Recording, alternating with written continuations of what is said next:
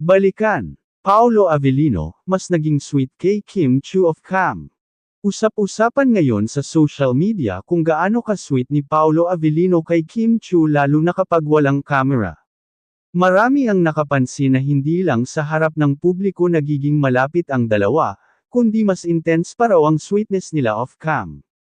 Mas sweet sa likod ng camera. Ayon sa ilang sources, mas maalaga at sweet si Paolo kay Kim kapag walang nakatutok na camera. Ilang staff at close friends nila ang nagkukumpirma na sa bawat event o taping, laging attentive si Paolo kay Kim, mula sa simpleng pag-aayos ng kanyang upuan, pag-abot ng pagkain, hanggang sa pagbibigay ng lamang at pag-aalaga. May mga nakakita pa raw na madalas nitong hawakan ang kamay ni Kim o kaya naman ay kinakausap ito ng malambing, mga gestures na tila nagpapahiwatig ng mas malalim na nararamdaman. Kim Chu, masayang masaya. Sa isang recent interview, hindi itinanggi ni Kim na very caring si Paolo.